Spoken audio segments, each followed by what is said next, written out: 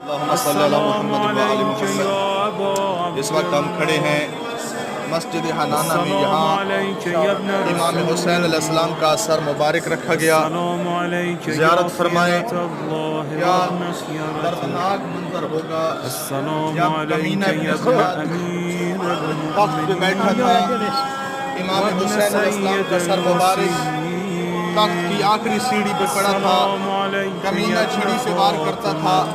فقط یہی نہیں بلکہ سامنے حسین کی بہنیں اور بیٹیاں دیکھ رہی تھی۔ کتنا دردناک منظر ہوگا۔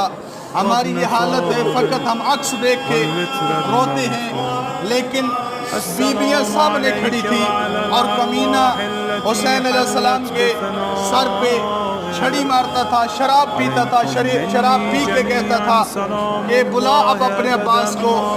لیکن آج بھی امام حسین علیہ السلام کا سر